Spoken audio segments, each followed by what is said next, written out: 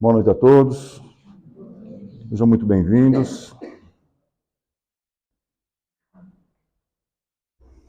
Preparamos uma reflexão para a noite de hoje, intitulada O Milagre da Vida. E a ideia dessa reflexão é trazer, nesses breves momentos aqui que estaremos juntos, determinadas condições de entendimento, para que possamos, com elas, mergulhar um pouquinho na natureza do nosso ser. No que diz respeito à vida humana, nela mesmo nós podemos detectar uma questão de uma gênese. Não é? A vida humana, ela na verdade, ela está em construção, não está finalizada. Quando nós olhamos a vida humana em comparação a todas as coisas que nos rodeiam, no universo, nós vamos observar que nós somos mais uma condição de existência. E dentre todas elas que estão aos olhares, ao alcance das nossas vistas, não é? E nós vamos observar que essa gênese, ela se refere a um psiquismo divino, não é? Porque a concepção é que a mente criadora cria tudo. Há uma inteligência criadora o tempo todo criando, não é? E que se nós pudéssemos nos atrever a dizer algo a respeito, nós diríamos que há um psiquismo divino, há uma consciência divina orquestrando toda essa condição que inspira, né, e proporciona energia suficiente a ser aspirada pela vida humana, né, nutrindo-a e impulsionando-a, proporcionando a condição de crescer, né, por meio das muitas encarnações. Quando nós observamos a condição do universo, né, nós vamos, principalmente o ambiente que nos cerca, nós vamos observar, né, nós vamos observar que dentre toda a criação do ambiente que nós estamos, nós não somos, vamos dizer assim, velhos em relação ao planeta, nós somos muito jovens. Ou seja, a criação humana, ela vem com uma relação de existência muito recente em relação à vida, à idade do planeta, né? Nós vamos observar que mais ou menos neste período aqui, de 485 a praticamente 300 milhões de anos, é que começaram a se formar todo o processo celular, né? A vida celularmente começou a ser construída no planeta dessa forma. Nós vamos observar por conta dos fósseis, né, que a gente pôde por meio da ciência contemplar até hoje. Só que o nosso planeta, ele tem praticamente 4,5 bilhões de anos de existência. Então nós somos muito jovens, né? Quando nós olhamos o ser humano em si, nós vamos ver que nós realmente vamos aparecer há 200 mil anos, da maneira com que nós somos. Então, nós estamos assim, num processo, né? Este processo, assim como todo o ambiente que nos cerca, está acontecendo vagarosamente, sem que a gente perceba, né?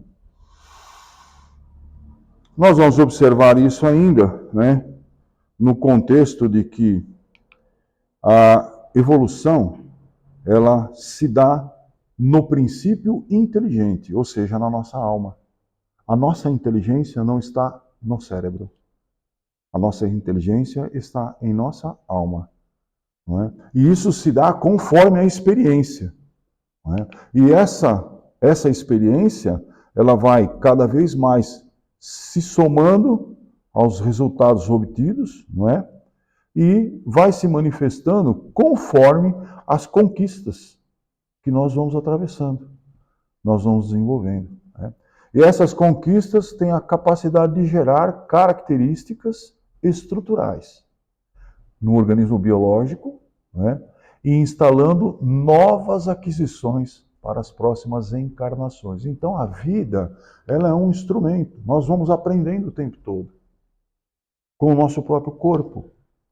Tudo o que está relacionado conosco e com o ambiente tem uma razão de ser. Se nós pudéssemos observar como isso acontece, e se vocês perguntassem assim, mas quem que orquestra tudo isso no ser humano? Como é que nós temos essa condição de nos perceber em relação ao tempo, de nos perceber em relação ao outro? De onde vem essa condição? Eu diria para vocês que vem dos céus. Porque, verdadeiramente, há astros que completam a estrutura de onde nós vivemos. Nós percebemos a luz, nós percebemos a ausência dela na noite. O nosso corpo reage. Nós dormimos, nós acordamos. Né? As lunações são extremamente importantes para nós. E sabe quem é que é o captador desse Wi-Fi? A glândula pineal. A glândula pineal, que é uma glândula que está no centro do nosso cérebro. Nós estamos preparados para perceber tudo o que há no ambiente. É como se tivéssemos uma antena. Mas não somos só nós. Como que os pássaros migram? Como é que os peixes nadam contra a correnteza para fazer a sua reprodução num outro ângulo? Como é que eles sabem? Percebe? Então são sensores. E toda a natureza. Se nós olharmos as plantas, nós vamos observar situações dessa natureza. Para nós, seres humanos, não é? O psiquismo é uma reunião da compleição da nossa consciência, da nossa estrutura de consciência. Então nós entendemos que a consciência evolui. Ela evolui para e passo como evolui o corpo e como evolui tudo ao nosso redor. E nós vamos observar, né, que nós temos uma zona dentro desse processo que nós chamamos de inconsciente, que é uma zona de psiquismo de profundidade, a parte mais interior da nossa alma. Veja, não estou falando do nosso cérebro, estou falando da nossa alma. Mas nós temos outra parte, que é o que nós chamamos de consciência, que é a zona do psiquismo de superfície. Assim como o iceberg, nós vamos observar que existe uma parte muito maior debaixo d'água do que a parte que está acima dela. E essa é a nossa natureza. E nessa estrutura central, nós vamos encontrar o nosso ego. E ele tem o seu grau de prioridade e de importância. Nós vamos observar que atitudes, né, e a forma com que nós concebemos as coisas, elas estão programadas para a existência da vida humana. Desde os fenômenos que são automáticos no nosso corpo, não é? E que são primitivos, as nossas reações, não é? Que vão dar início praticamente às inúmeras naturezas de manifestações do nosso consciente. E nessa estrutura, na estrutura do psiquismo, estão enquadradas todas as nossas experiências, todas, não só as que nós vivemos agora. Interessante isso, né? Então nós temos experiências que estão guardadas dentro da nossa estrutura, dentro da nossa alma. E que elas se revelam, elas não ficam lá a todo momento, elas não ficam escondidas. E quando nós olhamos isso, nós vamos perceber que nós temos uma profundidade de inconsciência. A nossa, vamos dizer assim, a nossa essência mais pura está na parte mais profunda do nosso ser, é o centro da nossa vida. É o ponto de partida das energias que dirigem o espírito. Olha só, é o ponto de partida que dirige o espírito. Então, a nossa natureza está intrínseca na parte mais interna da nossa alma. Muitas vezes a gente tem reações que a gente desconhece, porque é da nossa natureza. Não são despaupérios nervosos, não são simplesmente parte da nossa emotividade em relação ao que se apresenta à nossa frente. Percebe?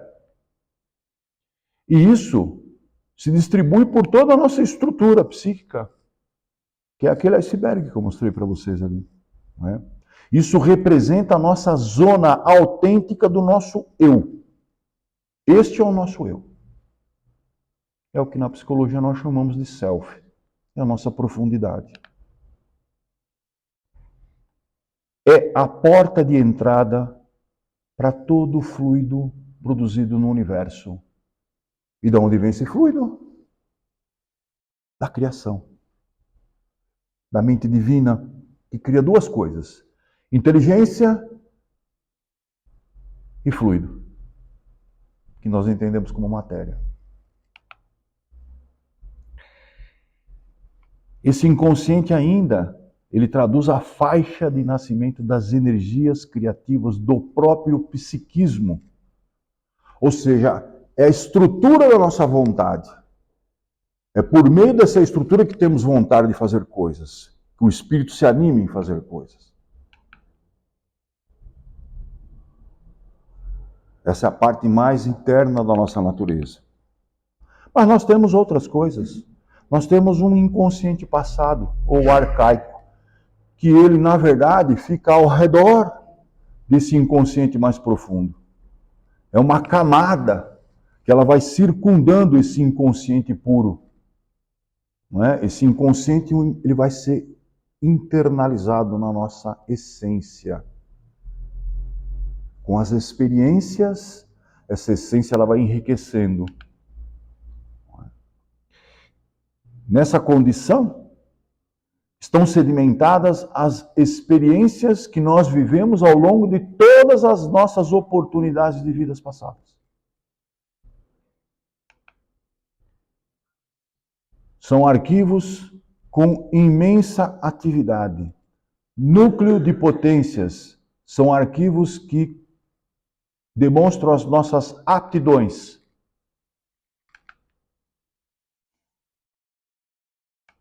São estruturas arquétipas que a gente vai realmente circundando ao redor da nossa essência mais pura. Né? Apresenta mais vivência, mais lastro para a fonte de energia internalizada da nossa alma. Absorve e metaboliza toda a estrutura que funciona ao nosso nível de consciência. São as energias que percorrem a camada da profundidade do nosso ser. E vão até as nossas células físicas. Portanto, uma boa parte das patologias, elas começam a existir na estrutura psíquica, não na física. Mas um dia elas se apresentarão de forma física. Nós temos ainda o nosso inconsciente atual, que representa a região das funções psicológicas que nós temos. Temos ainda, né, uma condição de proximidade com a região física da nossa estrutura. Né? Esta é a fração percebida pelo nosso consciente. É a zona dos conflitos do nosso psiquismo. Se apresenta sob forma de neuroses nessas estruturas. E ela vai se derramar por toda a nossa consciência. Então é como se nós fôssemos uma cebola. A cada camada tem uma estrutura, até chegar na camada mais externa. É um canal de derivações. E é por meio desse canal que há este trânsito de profundidade.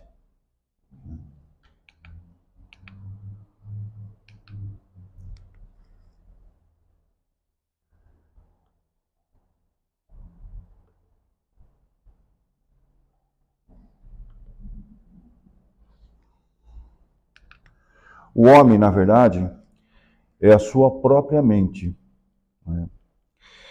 E ele necessita de uma aparelhagem e de oportunidades. Então veja, a nossa estrutura, a estrutura do ser humano é uma construção mental o tempo todo. Mas nós precisamos de aparelhagem e oportunidades para refinar essa condição. né? Esta inconsciência, né, que é o todo, ele comporta a consciência junto, cujo centro da consciência é o ego. Né? E ele também tem a sua função, porque o ego ele participa como se fosse uma fração da estrutura da nossa autoconsciência. A consciência, por sua vez, ela é a relação dos conteúdos psíquicos em relação ao ego, né? À medida que essa relação é percebida por ele. Então o ego ele percebe. Então, ter ego não é doença, é necessidade, é a estrutura da nossa consciência. Essa é a nossa estrutura. Nós vamos sempre ter comparativos dessa natureza.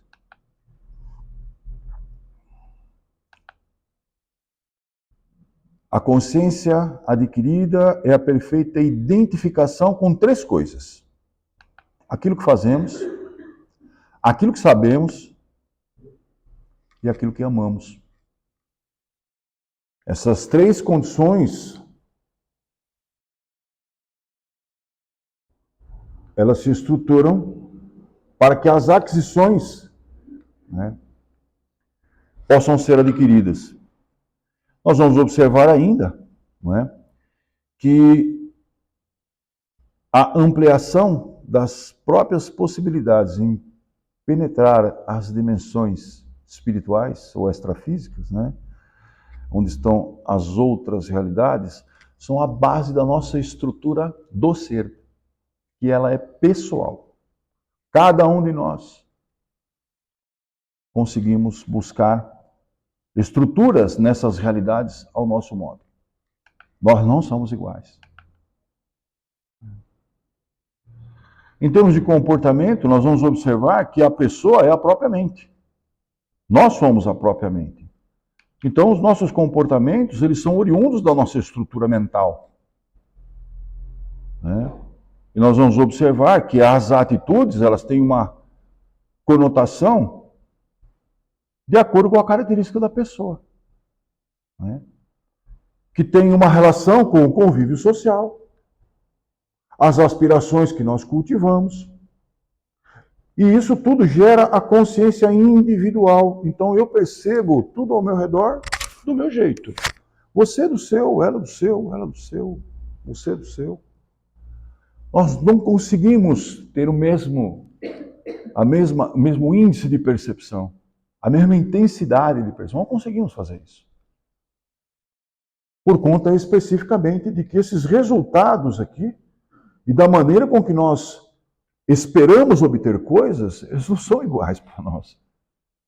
Cada um na sua estrutura busca uma coisa, tem uma natureza, né? E nesses comportamentos é importante, né, que estão ressaltados, né, as condições de ambição do desejo. E essas ambições em relação aos nossos desejos são responsáveis pelo grau da nossa libertação emocional, o que não é fácil de fazer. Por isso que quando nós temos algo que veio do campo dos desejos, e se trata de uma ambição, se trata de uma situação em que nós perseguimos, queremos desenvolver, queremos aquilo, não é? Para nos libertarmos emocional é um problema, porque tudo é perda. E a coisa mais difícil que nós temos em lidar é com a frustração. E isso começa desde cedo.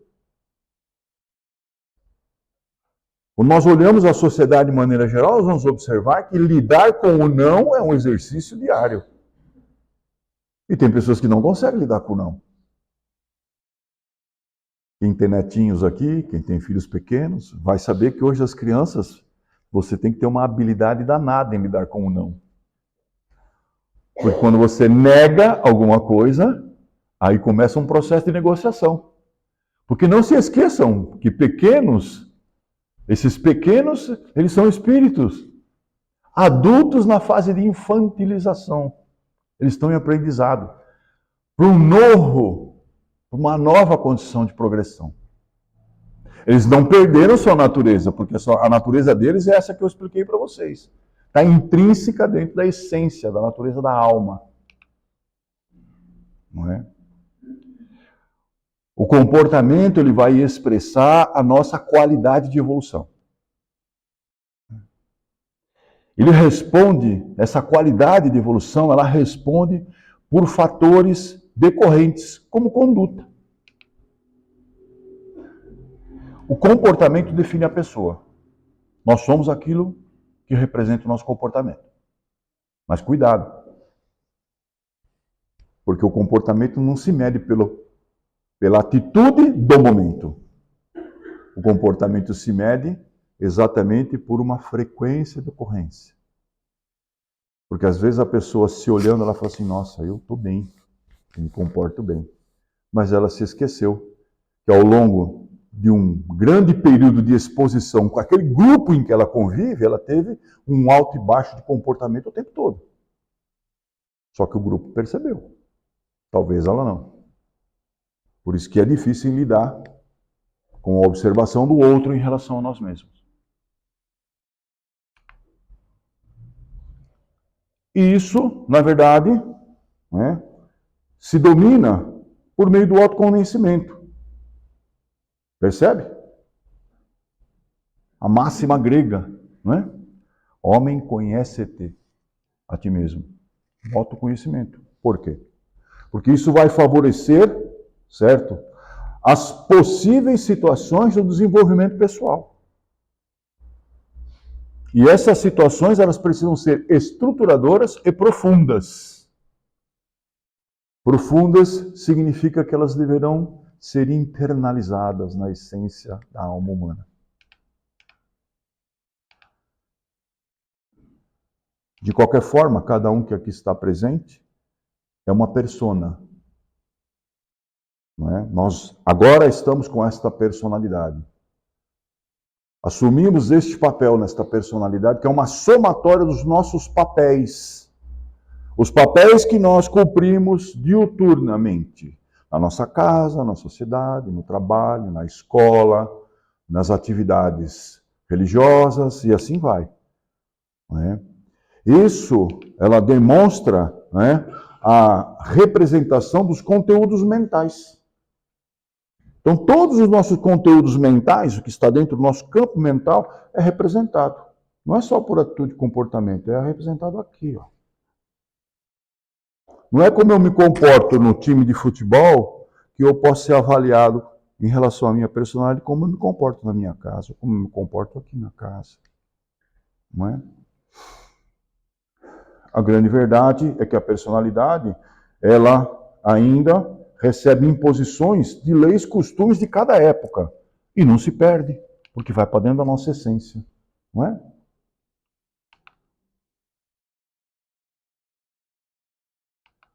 A realidade da personalidade é aquilo que nós representamos da natureza dos nossos conteúdos.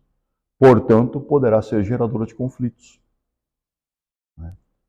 É transitória.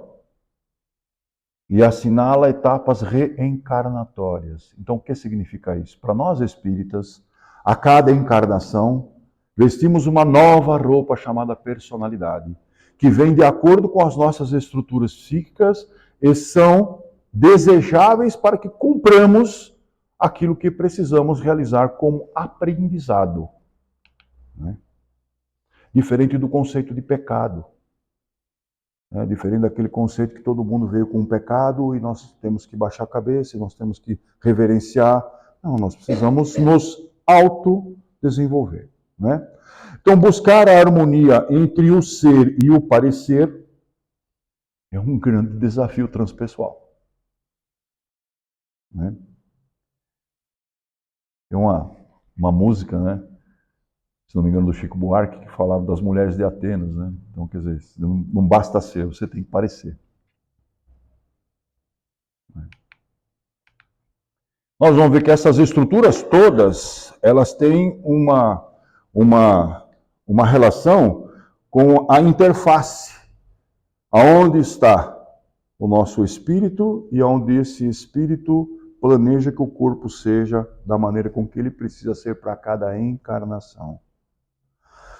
E esse mecanismo aqui, ele é responsável pela harmonia, né, que será implementada ao espírito em função de utilizar o seu próprio corpo transitório. Então é por meio desta estrutura que o corpo físico é o que ele é.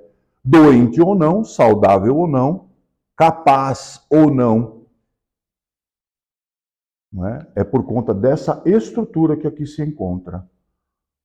Não é? É um envelope que tem um envolvimento para as zonas do inconsciente. Não está perdido isso. Não é? É possível expandir isto energeticamente, não é? E construir as inserções necessárias às zonas do corpo mental, da nossa mente, né? E o mais importante é que essa estrutura, ela vai orientar toda a matriz celular que será a composição do nosso corpo. Já o processo da individuação, busca-se uma interiorização no sentido de trabalhar a autorrealização. Não é? Individualidade é o ser pleno. Né?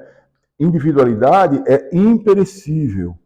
Ela reúne as demais dimensões e sabe conscientemente o que fazer. Supera os condicionamentos e comportamentos pessoais de consciência livre. Isto é o ser consciente. Essa máxima é de Joana de Ângeles. E mais interessante que as obras da Joana, elas se referem a Jung. Né? Trabalha muito a questão da transpessoalidade. E nós vamos observar ainda, né, que existem fatores de desequilíbrio, e todos nós os temos, porque não é porque tem toda essa estrutura que eu acabei de descrever que a gente não vai ter fatores que são considerados como fatores de desequilíbrio. E aqui se encontra a relação deles. Né?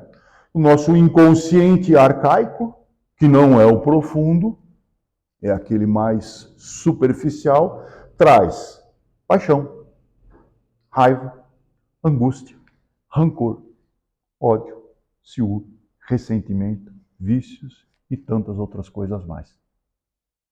E o que é interessante é que nós podemos até pensar assim, não, eu não sou uma pessoa apaixonada, mas eu guardo uma mágoa danada.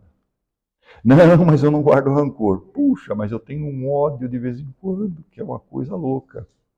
Não dá para a gente ter uma coisa e não ter a outra. Isso é uma essência. E essa essência a gente não consegue separar. Só consegue trabalhar à medida que nós vamos buscando o autoconhecimento. Por quê? Porque precisamos mergulhar no nosso ser e descobrir aonde estão enraizadas essas condições.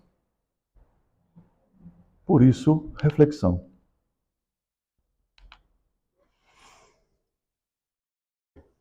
Deixo aqui para vocês essa máxima, não é? Faça hoje, não deixe para amanhã. Essa é a prontidão do ser humano. Desejo a vocês uma excelente semana, que vocês sejam muito felizes e consigam vencer todas as dificuldades desses próximos dias. Até o nosso próximo encontro.